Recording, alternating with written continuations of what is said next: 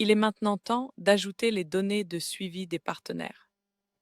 Il y a 3 façons de soumettre les données 3W dans la ventilation du suivi des indicateurs du formulaire 3W.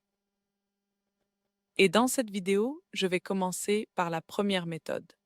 C'est l'option la plus simple lorsque vous devez saisir un seul enregistrement ou un petit nombre d'enregistrements. Voyons cela à travers un exemple. Cliquez sur Ajouter, puis sélectionnez votre projet. Vous pouvez rechercher le projet en saisissant son nom. Le système pré-remplira automatiquement le champ Organisation chef de file. Remplissez ensuite les champs de la section Indicateurs, comme le cluster, sous l'entité de coordination.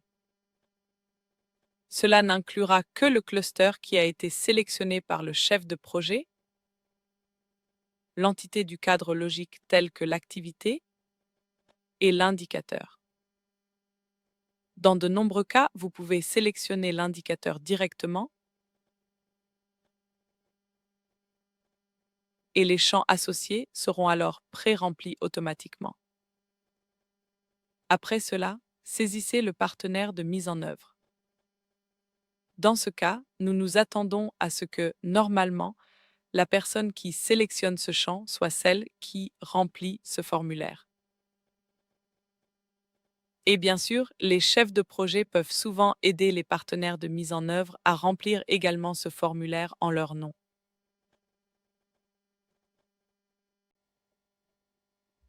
Remplissez ensuite le champ de rapport. Je vais sélectionner juillet 2026, puis les détails de l'emplacement.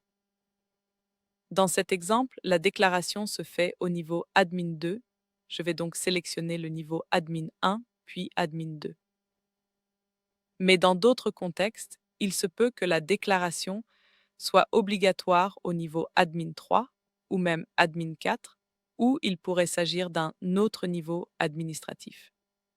Ce sont tous des paramètres qui sont convenus dans chaque contexte. Vous verrez également certains champs de référence, comme ces quelques champs ici.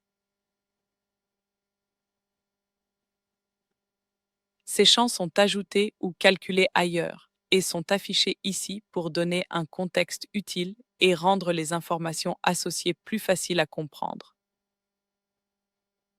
Par exemple, ce champ ici, l'unité, indique l'unité de l'indicateur telle que définie par le cluster.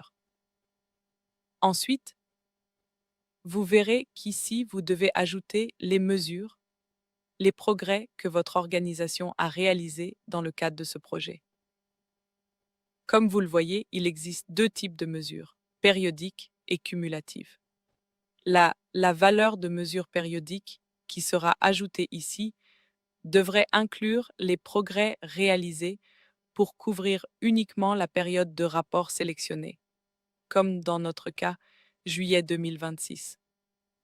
Et la valeur de la mesure cumulative, ici, devrait représenter les progrès depuis le début de l'année, comme de janvier 2026 à juillet 2026 dans notre exemple. Essayons maintenant de changer d'indicateur et de sélectionner quelque chose de différent, comme l'indicateur de trésorerie. Je vais vider cet enregistrement comme l'entité de coordination et l'indicateur, afin de pouvoir sélectionner un indicateur différent. Nous allons donc sélectionner Cash. Je vais donc sélectionner cet indicateur, nombre de femmes et de filles vulnérables qui ont accès à une assistance en espèces par le biais de la gestion des cas par âge et handicap. Comme vous le voyez dans cet exemple, il y a des champs supplémentaires qui apparaissent, tels que la restriction de trésorerie, la conditionnalité de trésorerie, la remise d'espèces, la fréquence de distribution, et dans de nombreux cas, il y aura le montant des espèces distribuées.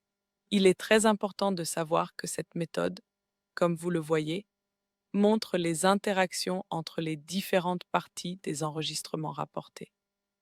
C'est pourquoi cette méthode est considérée non seulement comme la plus simple, mais aussi comme la manière la plus intuitive de soumettre des données, et c'est l'approche recommandée pour les partenaires qui débutent, car elle montre clairement comment les différents champs sont liés les uns aux autres et comment certains champs apparaissent ou changent en fonction des sélections précédentes, comme expliqué.